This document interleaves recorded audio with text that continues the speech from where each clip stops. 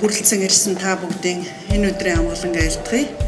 Өнөөдрийн арга хэмжээ нь Монгол улсын засгийн газраас зохион байгуулж байгаа томоохон арга хэмжээний нэг байгаа. Энэ нь бол ногоон алт төслийн маркетингийн бүрэлдэхүүн хэсгийн хийж байгаа шинэ бүтээгдэхүүний талаарх үйл ажиллагаа юм.